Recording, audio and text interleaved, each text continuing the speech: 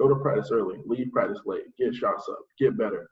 And when your chance comes, simple as it is, Q, don't blow it. Like, that's that. Just don't blow your chance. You have a chance to be great. You have a chance to dominate and be a good player. So just don't blow it and take advantage of what you have in front of you. Man, it's crazy because I can't relate to that. Even with my story, you look at my story. I transferred to 4 different schools every year, Right. but it was never for really for like a personal reason. It was really, like, literally just to play basketball, just keep where going. you belong. Right. Exactly, and it was like, even when you say look at don't blow your opportunity, bro. If I was prepared, me and Chef wasn't up at 5 a.m. shooting, bro. When Unity came, or when UMA came, when I tied the scoring record for the most threes in the game, bro, that shit would never happen. Because if I was just to myself and just so caught up in my emotions and my feelings and done what majority of people do when things go wrong and they just go sulk and moan, bro, it's like that. I feel like that, and just, to me personally, just prayer and just keeping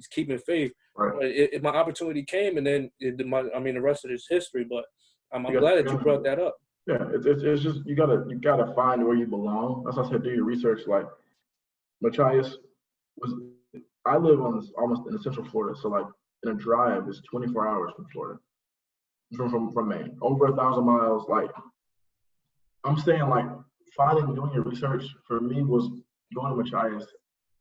I got there and initially I was just like, where am I? Like I stayed for a year, I loved it.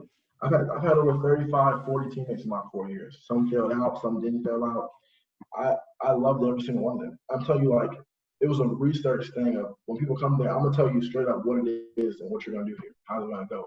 But that was where I belonged. I did a lot of good things there, but at the same time, like, not everyone can follow that path. I have homeboys who are succeeding overseas now who had to go to two, three different schools to find where they belong. And when they got there, All-American, first team all conference, player of the year, when they got to where they belonged at. But to get to where they belong, it took a process. Welcome to Q's Health and Wellness Podcast, your source for living a healthier lifestyle and developing a better mind, body, and soul. Through guidance, tips, and stories of highly successful fitness gurus, athletes, and individuals who are passionate about enhancing all aspects of life, we provide you with the tools to help you take your lifestyle to another level. And now your host, Quinn Mitchell. Welcome to Q's Health and Wellness Podcast. This is your host, Quinn Mitchell. And today I have my man, he also known as Trey Thompson. He's a former basketball player, UMaine Machias, and is a 2-time All-American. How you doing today? I'm good, man. 2-time All-American. Yes, sir. Yes, sir. For people that don't know, me and him, we had wars back in the day playing against each other. A lot of wars. Yeah, they went way back. So for people not familiar with you, would you mind giving a brief introduction about yourself? Trey Thompson, Stricker Trey. I'm not sure where the name came from actually, but played basketball in Maine, Machias for 4 years. I love basketball, huge basketball fan. Grew up playing basketball. I actually wasn't good at basketball for a long period of my life. I won't say it wasn't good, but I just didn't have the body to play basketball. I just grew and kept growing, got bigger and got confident in my game and learned that it was more so not really a chore, but something I wanted to do. I wanted to work on the game. I wanted to get better. But I mean, I'm very, very humble that you had me on the show. Very welcome to answer some questions, talk about basketball, health and wellness, and just more things as we go. Yes, sir. So when did you first fall in love with the game? Because everybody has that story when they first fell in love with it. So what was yours? Timing-wise, I'm sure this will obviously rest in peace Kobe, but my grandma was a huge Laker fan. Mm-hmm. I mean, like, so in Melbourne, Florida, the games come on for NBA on TV, TNT, like 11 at night. I got school. So my grandma would let me stay up and watch basketball games with her.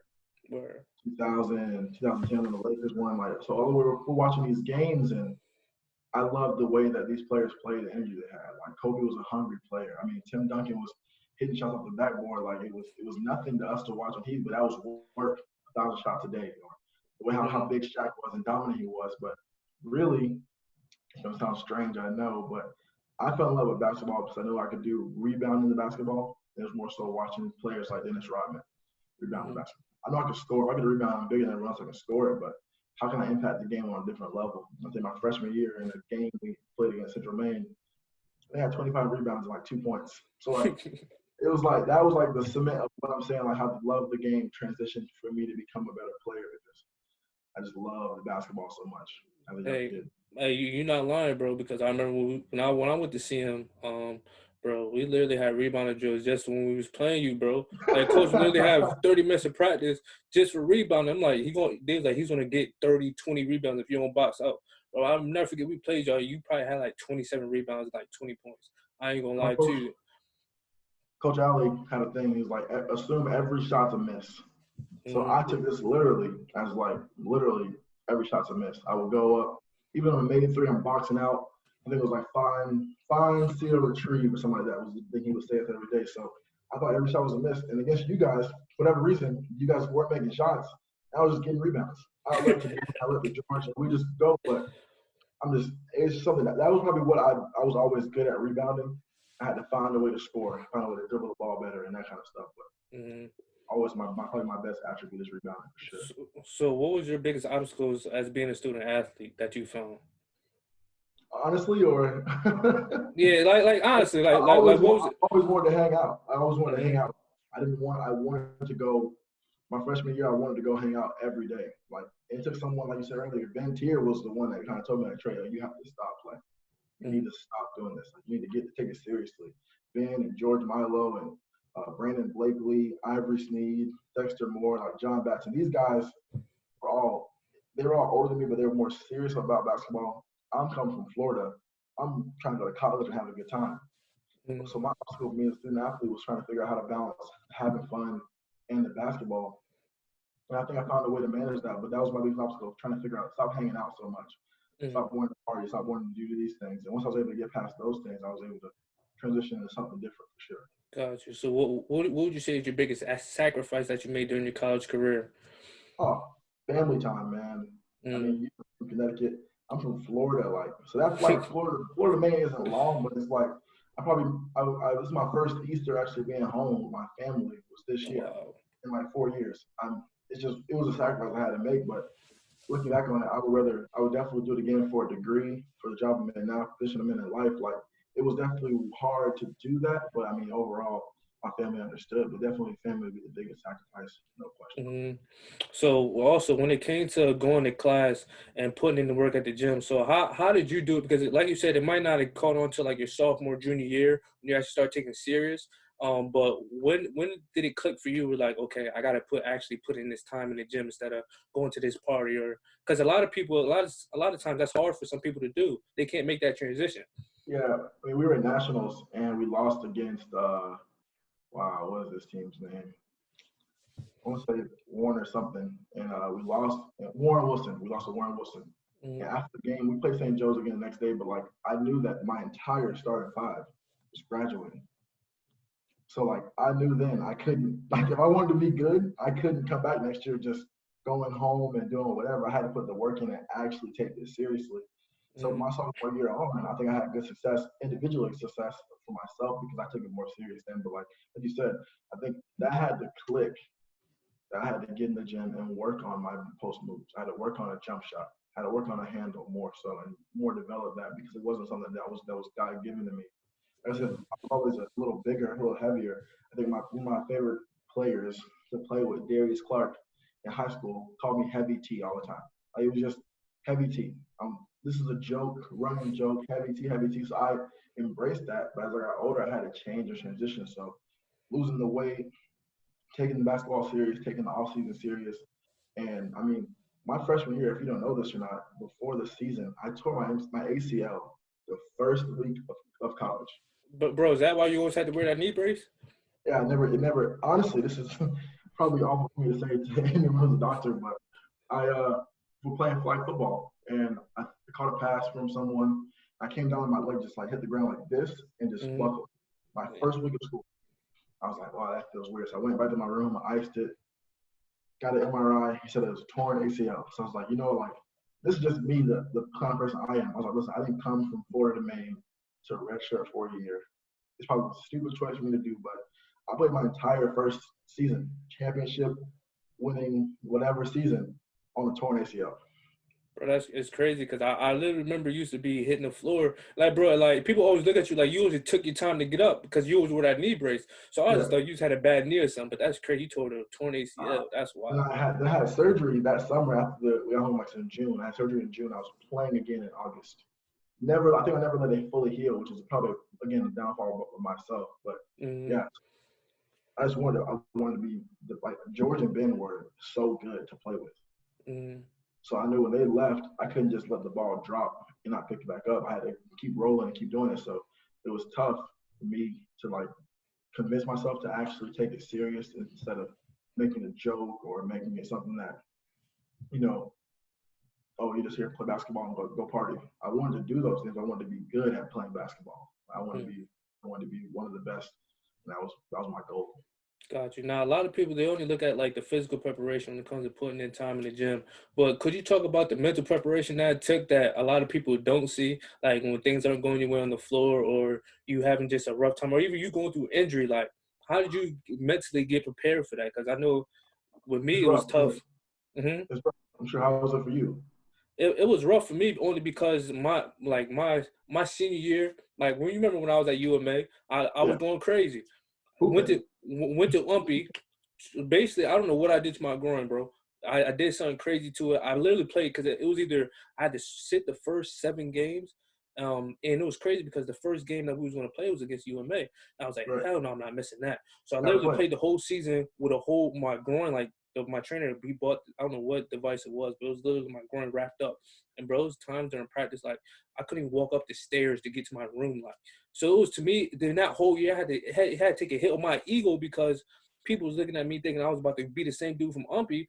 And it's like, my game's not the same. I can't jump. I can't dribble. So I'm literally just sitting here doing spot up shooting. Like I have nothing doing jab steps. So to me, I had to take a hit on my ego and I had to accept the fact, like, you took the route as saying you didn't want to recover. So now you have to accept the fact that you're not the same player. You're not the same killer. So to me, it was tough because I ain't gonna lie to you, bro. I was depressed. Like, I'm like, bro, I came from averaging like 15, dropping 35 in the game to I'm literally sitting on the bench hurt, like, and it's my senior year, and everybody looking at me like, oh, I had people saying I was a catfish, bro. Like, I'm like, bro, y'all don't understand. I was like, bro, y'all don't understand. Like, if only the people that really knew me from UMA knew that I wasn't the same player. So to me, it was just a hit on me mentally. Like, I had to literally just eat it as a man and say, it is what it is at that point. But how was it for you? But what you said is mentally draining. I mean, when I tore my beginning of my freshman year, so the first practice, I was like, I'm gonna practice. Like, I'm gonna go. I'm putting this knee brace on. I'm gonna ice my leg. I'm gonna practice. We're doing 3-man weaves, and my knee buckled. And like, I mean, I don't tell anyone this, but I'll tell you, like, I was definitely depressed. Like, I was like, dude, like, why can I not do what I know I can do? Like, I know I can play basketball. I know I can do these things the right way. Why is it not going that way for me? So for me, for a long time, it was about trying to find out, do I want to keep doing this? Like, my body is telling me you need to stop and take a rest. But again, my ego was saying, Trey, you got to play. Like, my coach didn't force me to play. The trainer didn't force me to play. My mom would tell me you take a rest. It was just me, my ego saying, you can do this. You're better than this. Like, you can outbeat this. And like now, I look back on the 4 years, like you said, like before, like it was a good 4-year stretch. I think it was a really good, like, individual rewards wise, but like, was it worth me suffering and like icing my knee for 6 hours back on a road trip because it would be swollen if I didn't? Or sitting in practice, coming there an hour before the stretch with my trainer Katie, and staying an hour after the ice bath because I had that was so sore and so messed up in my lower body. Like, so it definitely took a toll mentally. But I mean, my grandpa was a pastor, so I'm very spiritually sounded. So that was good for me to pray every time something's going on. But I mean, if I wasn't had that spiritual background, I probably would have crumbled. Bro, I ain't gonna hold you. Like, my pops is a pastor too. Like, it ain't like it's something to where it's like, people don't really understand, and then people don't really understand like hooper to hooper talk, bro. It's like when you set yourself, like, it wasn't until, because I don't know if you remember, but me being at UMA, bro, I literally sat the first 7 games, bro. Then the crazy part is, bro, I was about to transfer to y'all school. Then the crazy part is, the day before we played y'all, somehow I guess Coach Alley had called my coach, so he had called me into practice. So while we're prepping, getting ready to play y'all, like he's sitting here telling me, he was like, "Well, I heard you talk to Machias, like we're debating about kicking you off the team, bro." I was literally about to get kicked off the team, so I'm sitting here, bro. You can ask Chev, word, bro. This nigga, I'm sitting here talking to the dude, bro. Tears start coming down my face. I'm like, bro, you don't understand like how much work I put in to get to this point. I'm literally sitting on the bench like, you don't get it. So it wasn't until we played y'all, I'd had an okay game. Maybe I had like 7, 8 points. How about you? I mean, how about you? Bro, but then it wasn't until my senior point guard got hurt. We played. We happened to play Hampshire. You remember playing Hampshire? That was the easy. That's a dub. Chalk it up as a dub. Yeah. Then we played, bro. When we played Unity, I exploded for 35. Then everybody was just looking like, well, what's going on? Like, where did this shit come from? I'm like, yo, y'all don't understand. Like, me and Chev are up at 5 a.m. shooting every single day. But it's to a point where it's like when you set the goal high for yourself, but then I go to Umpy, and now I'm hurt. It's like, bro, the hitting that eagle hit, and it's like I don't think really people really understand like how much that affects you as a player. Like, bro, it was times in my room like I didn't even want to go outside. Like, I was like, bro, I don't even want to go. I don't want people to see me, like, because to me, being a hooper, you have so much love for the game. You put in so much work. But when you can't go out and perform, and you got people looking at you, and your own coach don't even believe that you can put in that same, or he don't believe that you're the same player. He knows that. It's like, bro, like that it hits. Yeah, it definitely hit. So, is there any advice that you would give to a kid that's wanting to play at a high level that their coach wouldn't tell them? I say do your research wherever you're going. Like, I was never recruited by any big time schools, so I can't speak to those. I can tell you what I know from where I played basketball. But the main thing is do a few things. Do your research before you commit to going somewhere, because it's all about fit. You know what I'm saying? Like, if you are a shooter and they have a shooter that's a senior, a shooter that's a sophomore, and as a freshman on the team already, you probably aren't coming in and starting on a shooter that's that much better than them. It's just a reality of what it is. You got to find a program where you can go work, but you have an opportunity to still work and get that play time. You aren't just working to work and rock the bus and sit the bench, work, get in the plane and sit the bench. Like, you're working to get play time. So, like, do your research, know where you're going, know what you're walking into. And the second one, I mean, is like you said before, put that work in. I mean, someone else, there's always some power forward that played in the YSCC or NCAA or USCAA or NAIA that's working harder than me every day. And I can't live with that. But I can say, I can't control their work. I can control my work. I can control how hard I go in practice. Like, I can go practice hard Monday, play the game Tuesday, practice hard Wednesday. Like, you can't take those days off. People say no days off, and it's funny sometimes, but that's a real thing. Reality. Like, when you're playing basketball, you want to just relax. I admit my senior year, I was kind of like, dude, like, I've been going for 3 years. Like, I'm tired. I think Dante would always be in the gym shooting, and he'll still shoot. And like, dog, like, you are tired. Like, for basketball, the last 15 years of our lives, you have to be tired. But then you can't get comfortable with the grind. You gotta go. Because everyone wants to beat the team with 2 All-Americans on it. Everyone wants to come beat the 2 years ago conference champions. Everyone wants to beat you when you're up. So, like, you have to keep going and keep pushing, because otherwise you'll get stagnant and you'll get blown by. And one last question I want to ask you is, how did you develop that killer mentality? Because a lot of people, I have a different take on it, bro. My thing is, like, I talked to Ben Tier, he said that it can be developed. My thing is, like, I think it's like you're born with it, because you have it or you don't. Yeah, there's players in the YSCC when we was playing, like, you would go up against them, like, bro, you weak, like, like, I just knew I was scoring. I won't say names, but I'll say a few. There's one at UMA, there's 2 at CM, there's one at SM. I just knew I was gonna have a good game against. But that's what I'm saying. Like, they don't have that dog in them. So it's like, when people want to play at the high level, they want to go to the next level. They don't understand, like, you going up against dudes that they literally live or die on the court. Like, there's no ifs, ands, or buts. Like, it's either him or it's going to be you against him. And he just sees the basket. He don't even see you. Like, you feel what I'm saying? Like, I'll tell you, like we said the game against you guys. I wasn't. It was no offense. I think your freshman year. I think it was Carrington Miller. Maybe it was his name. He was a beast, like animal, All-American, first team all-conference player. Again, great career. But we played him in the conference championship. I don't think I ever 1 second thought that like this is All-American I'm guarding. Brandon Rodgers for that. UMA. Absolute animal. But when we played against him, it wasn't a thought in my mind that said, he's a player of the year. Like, I think that was instilled in me maybe my first or second year really getting into basketball, but it was more so like I would have some moments I would be timid and miss a layup or miss a shot. So I was like, this dude, he's bigger than me. But now, like, it's something you say, it's born in you, but you have to bring it out of you.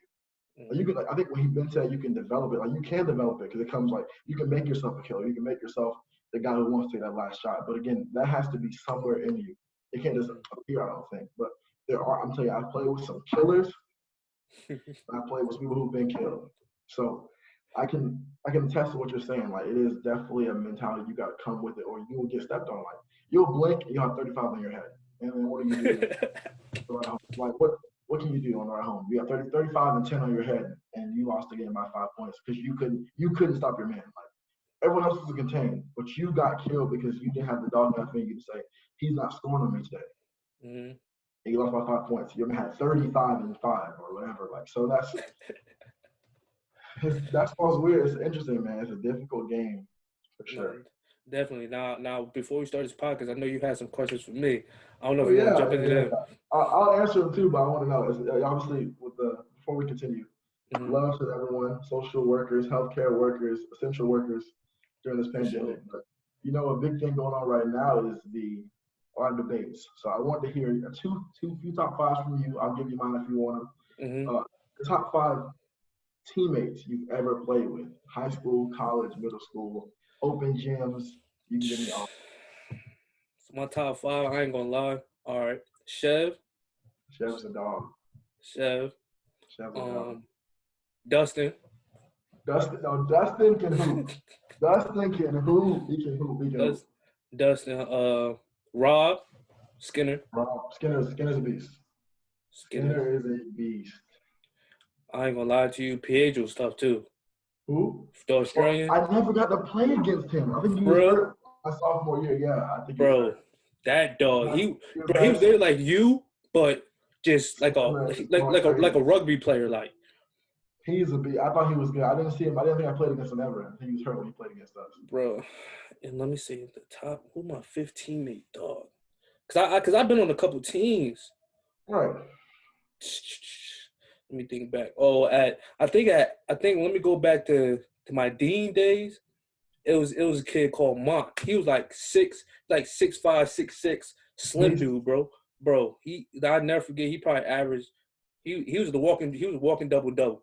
Like literally, he was like 6'6". But the crazy part about him, he was skinny, but he didn't get off the floor either. He's right. Like the big man that's just slick, like literally like worm. Like that's him. He's just a bucket. What about your top 5? Before I start, I have an honorable mention. I don't want to forget anyone, so I'll mention my boy Isaiah Plange, athletic freak. My boy Dave and Brian from Miami, both are amazing players. Loki is a good shooter, phenomenal athlete. But top 5, I'm gonna say for sure my boy Darius Clark, animal. I remember D. Yeah, D has the dog. Like D has the dog. I'm gonna go Ben because Ben's it's Ben.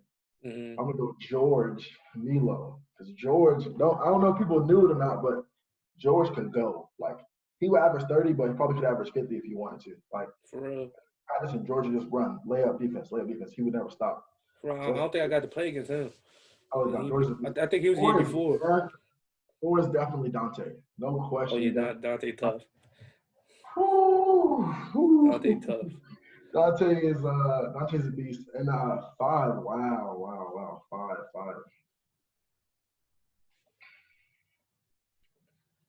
Mark Williams. From CM?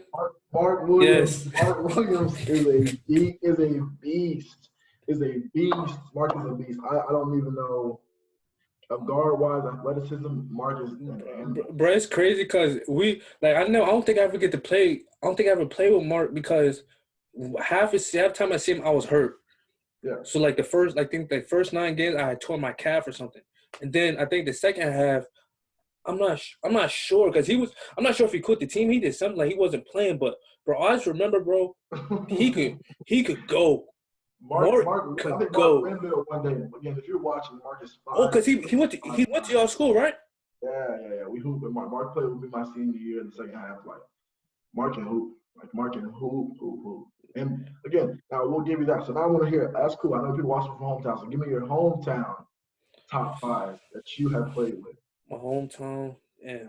This kid named Roosevelt Shiner. He had beat he beat Mariners all-time scoring record. The crazy part, he did it on me. So I had 28 on his head, but he had beat the record on me. So to this day, I feel some type of way about that. But him, I'm sure. my man Jerome Bunch, he's tough. Damn, hometown.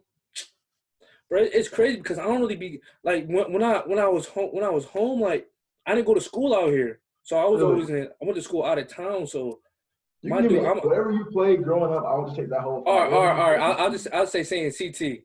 All right, Levi Gillespie. I don't know if you heard about him. He from CT. Khalil Dukes. Mm-hmm. I play against him. He's from CT. And then who my 5th one? I never seen him play. I never played against him personally, but I seen him hoop. The guy to say like Mike Mallory. He went to school out in CT. Bro, that dude's tough too. Yeah, that boy could hoop. Who's your top 5 of your hometown? I think probably name easily. I could live with this 5. My boy Antonio Johnson is probably could shoot. Walk in the gym, you got to guard him. Mm-hmm. Absolute animal. They call this guy named Tick. His name's Anthony Jackson. He's a beast. I mean, like. Left hand could score you any way he wants to. He's a guard named TJ Bannister, and he went to school at Virginia. Absolute animal, like killer. My boy Snoop, his name is like DeRozan Hill, but he's a beast. And then my 5th might be the controversial pick, but I mean, for a big, I've never seen a big man finesse. Like I've seen a hook shot from Kareem. I've seen a hook shot from LeBron Smith. I'm telling you, like this does not miss. Like went to Auburn. Played overseas. I mean, hook shot is money. Does not miss any. Like, I mean, if he's within the circle, it's going in. Like, I say all the time. I know everyone might say about their hometown, but Brevard County, like, I could give you a list of 25 names. I can keep going off.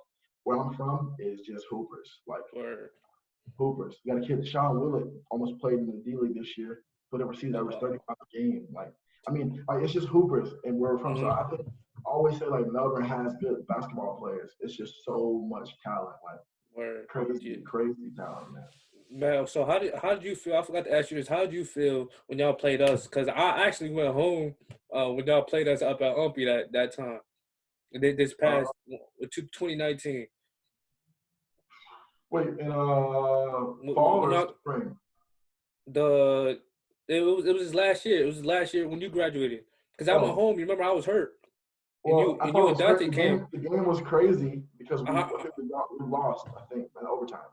Yeah, because I heard Dante banged on somebody out there. Yeah, he did. Dante went crazy. Dante had a great game. I think we both did, but we lost overtime. But what's crazy about the game, I remember the game only because of the mascot. Like, whoever it was in the mascot head, he, like, rushed me. I was thinking, like, dude, what the fuck? Like, what are you doing? Like, yeah. It was like, I think Umpy is probably, in my opinion, one of the better programs of talent-wise. I won't say that because African Americans go there, but I mean, it gets a lot of black players. I ain't gonna hold you, bro. There's some dude. I don't know if you remember him, Shy, number 10. Yeah, that dude tough. That dude is tough. Oh yeah, nice. They're nice. I mean, again, when UMM this year had a great team. I mean, they had great. It was just. I think they had to get another year together. Once they get another year together, they'll be unstoppable. But I think the talent-wise, basketball of colleges in Maine, as I can see, is becoming much more diverse. So I wouldn't be surprised in a few years that if Unity is really good. It's true. Sean Toshi was good. Koufax was good. Like who all 24? Who 24? I remember kid because he came and dropped Ubby, right? Yeah, not from Unity. Yeah, he came and Yeah. dropped us. He came and gave us 30. I think it was like 37 on our head. But I wasn't playing. I was hurt. Koufax. Yep. Koufax, beast. Absolutely. Yeah. He gave us first game of the season. My freshman year, George's senior year. George gave him 50, I think. He had like 37. He's a beast. Like, but again, like, these are players I'm saying I played against in our conference that like can go. I remember Dylan Silvestri was a beast. I thought at SM. It's just like I think overall basketball in Maine. I think the misconception a lot of times for students or in general athletes who go to colleges like up north or whatever small schools is, I'm gonna go here and dominate. And I tell people all the time, like, I averaged in my career 16 and 16. I averaged 16 and 16. So I believe that for me, I can tell my kids and my girlfriend and my wife when I get married, like I did this and I'm okay with that. Like people will say, oh, I can do that. I would love to go watch you play 109 games and average 16 against some of the people I played against. Like, it was some dogs, man. Like, that's just my opinion, though. I ain't gonna lie. People don't know, though. You remember I was trying to get you to come to UMA? Yeah. Oh, yeah. I almost made Wow. Me and Chef was this close to having you come through, bro. I almost came. It was because of you and Chef. I wanted to play with freaking Dustin. Yes. I'm telling you, I thought he was a dog. Yeah, I might have to get him up here because people don't know. Like Dustin, for no offense for a white boy, he can hoop. He can hoop. Like I like him. I like Noah. Yes, Noah tough too. Bro, it's crazy because I think about that team we had, bro. We should have went all the way.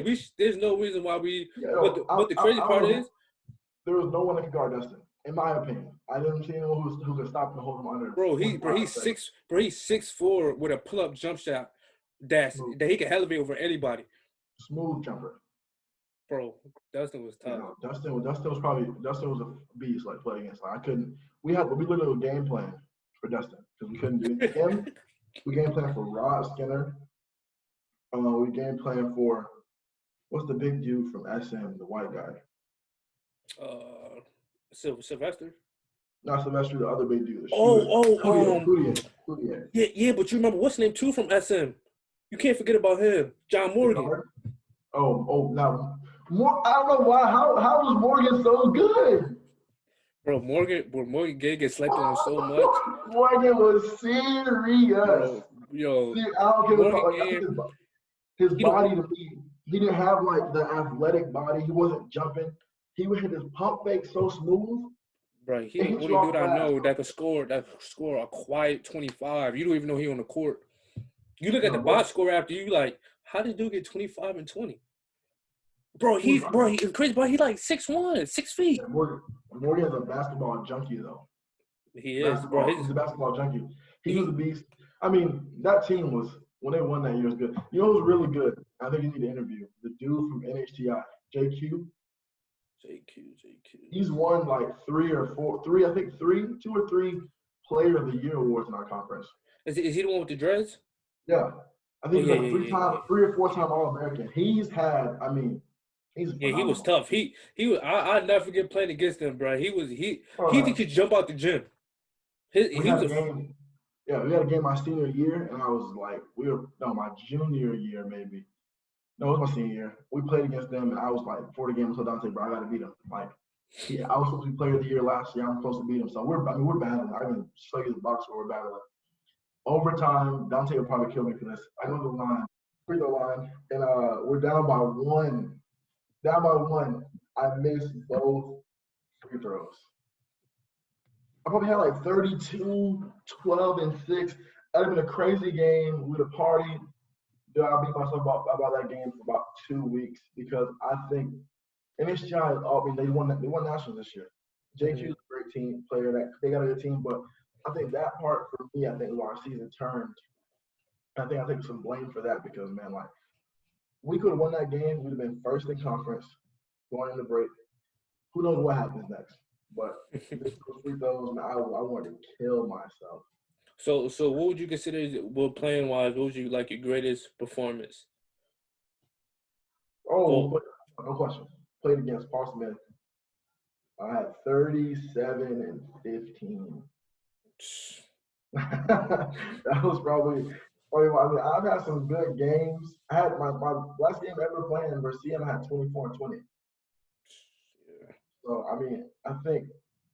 Well, again, that's just work, man. I've played against better players. I grew up with better players. Mm, I think I took the opportunities that were given to me. I didn't take them for granted. Like going to Machias, very small town, cold. I know I miss my family, but I could have easily just sat around and did nothing all day.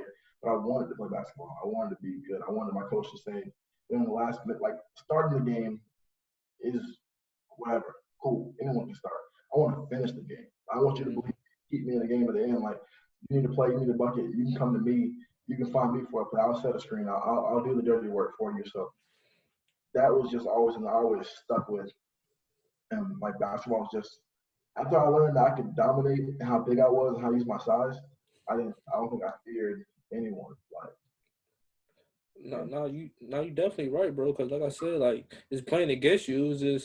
It was a battle every time we went up against you. It was coaches had to prepare for it. Like literally had to do box out drills because you was a walking double machine.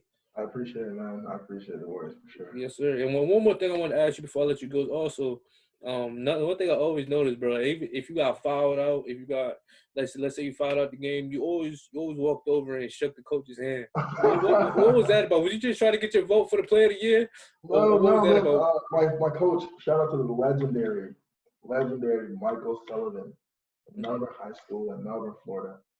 When we were in high school, where you foul out the game, he will make sure to take it out the coach's hands. Under the game. It was about sportsmanship, I think. So I Mm-hmm. would the whole game.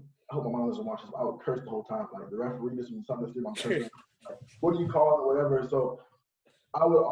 I mean, Coach Gagne has my respect. All these guys have my respect. So I would always just say, like I found out, but let me shake his hand, tell him, hey, thank you, whatever. Appreciate a good game.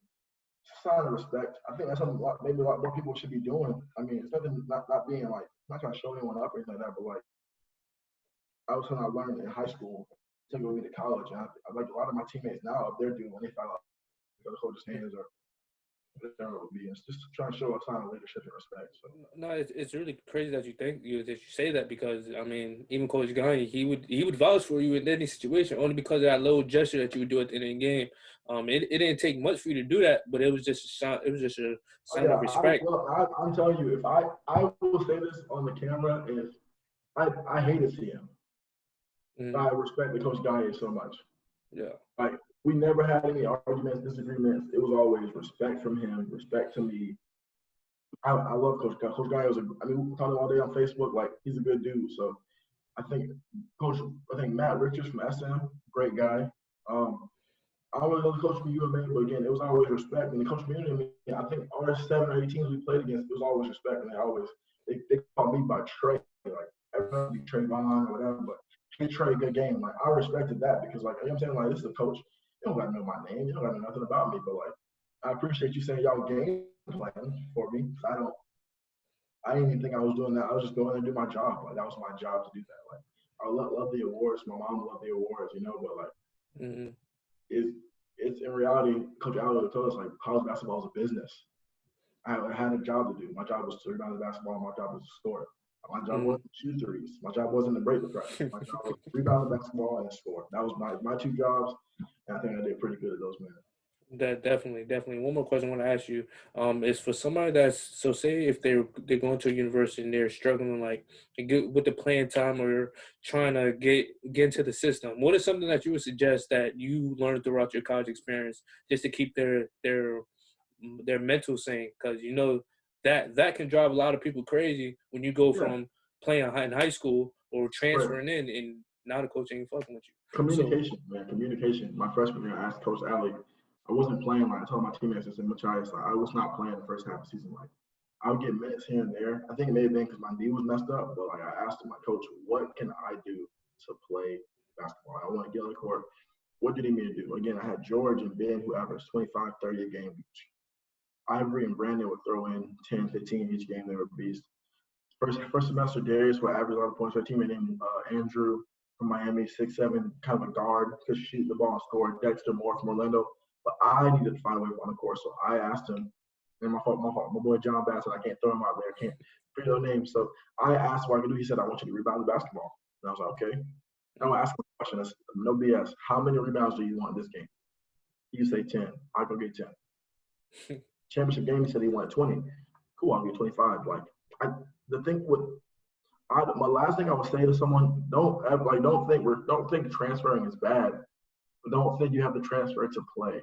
A lot of times you aren't in the right situation, so you have to transfer to find where you belong.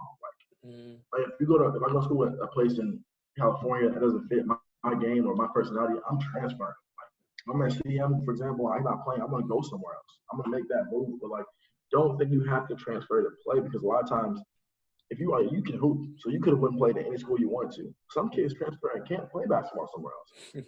You got minutes, like you have minutes at Machias or wherever you are, but you can't go anywhere else to transfer. It's just reality. So don't be so quick to leave. Stick it out. High school kids too. Don't think you got to transfer to a new high school to play basketball. Commit to the grind. And say, what can you do for your team? Go to practice early. Leave practice late. Get shots up. Get better. And when your chance comes, simple as it is, Q, don't blow it. Like that's that. Just don't blow your chance. You have a chance to be great. You have a chance to dominate and be a good player. So just don't blow it and take advantage of what you have in front of you. Man, it's crazy because I can't relate to that. Even with my story, you look at my story. I transferred to 4 different schools every year, Right. but it was never for really for like a personal reason. It was like literally just to play basketball, just keep where you going. belong. Right. Exactly, and it was like, even when you say look at don't blow your opportunity, bro. If I was prepared, me and Shed wasn't up at 5 a.m. shooting. Bro, when Unity came, or when UMA came, when I tied the scoring record for the most threes in the game, bro, that shit would never happen. Because if I was just to myself and just so caught up in my emotions and my feelings and done what majority of people do when things go wrong and they just go sulk and moan, bro, it's like that. I feel like that, and just to me personally, just prayer and just keeping faith. Right. If my opportunity came, and then the rest of this history. But I'm glad that you brought that up. Yeah, it's just you gotta find where you belong. That's why I said do your research. Like Machias I live almost in central Florida, so like in a drive is 24 hours from Florida, from Maine, over 1,000 miles. Like I'm saying, like doing your research for me was going to Machias. I got there and initially I was just like, where am I? Like I stayed for a year, I loved it. I've had over 35, 40 teammates in my 4 years. Some failed out, some didn't fail out. I loved every single one of them. I'm telling you, like, it was a research thing of when people come there, I'm gonna tell you straight up what it is and what you're gonna do here, how's it gonna go. But that was where I belonged. I did a lot of good things there, but at the same time, like, not everyone can follow that path. I have homeboys who are succeeding overseas now who had to go to two different schools to find where they belong at. And when they got there, All-American, first team all conference, player of the year, when they got to where they belonged at. But to get to where they belong, it took a process. When they got where they belong at, the rest is history. And it's just like, find where you belong, settle in, lock into where you belong at, and embrace that grind, embrace what it takes to become the best version of you in basketball, soccer, science, math, or whatever it is. Like, find that part of your life and embrace that, and the rest will be taken care of. I promise. No question. Hey, bro, I appreciate you giving this free game because, like I said, a lot of people they don't like they look for the information and they look to get advice from people, but you know how the basketball community is. If you ain't really like a hooper like that, bro, niggas ain't gonna fuck with you. They gonna let you drown. I'm telling you from experience, I've had that happen to me. Like, and it's just something either in that situation, if someone's going to give you advice, it's just like you're going to crumble, or it's going to make you hungrier. And I'm hungry. I can walk in the gym and play with people. I named those 5 guys earlier, man. Those 5 have always been hoopers. I can walk in the gym and play with them on the court in 5-on-5 and hold my own a little bit. I can score the rock. I can play defense. Like, because it made me grind to become as good as they were, as good as they are. So, like, you're right. It's just it is a challenge with the basketball community to be willing to share and give their, like you said, game and teach the younger guys how to really play. But for me, anyone want advice from me, I'm giving it to them. I'm giving them that. You want to know what do you find out? What do you need to work on? Let's go to the gym and work on it. So I think it's something that I take advantage of, and I'm glad I'm in a position to even help anyone with that. So. So for people that's want to get information from you, would you mind giving them the contact information? Yeah, man. I'm on Instagram, man. Trigger Trey TR. I'm sure you'll tag me in the video. So Yes, sir. I mean, DM me anything like that. Any comments, questions, concerns, man. I'm open book, and you ask any questions about basketball, whatever it may be. Life, we can talk about anything. And definitely right now in this environment, things Q's doing like, man, social distancing is rough, but like have that interaction. You can Zoom call me, whatever it may be. But I'm open for any kind of conversation for sure, my man. Yes, sir. So, bro, I really appreciate you coming on the show. Like I said, chopping it up with me. And like I said, you gave a lot of great advice to people because people don't really know. Just being in the YSCC, like this is somebody that really since I knew since my basically my sophomore year coming in to see him, and Trey, I played against him basically every year. So for him to give you that game. That's something I would definitely take heed to and listen to because, like I said, the 2-time All-American, he scored over 1,000 points, 1,000 rebounds. So he did his thing out there. Oh, man. I appreciate it, my boy, man. Take it easy, Q. Yes, sir. You too. Yes, sir, bro. Love, man. Yes.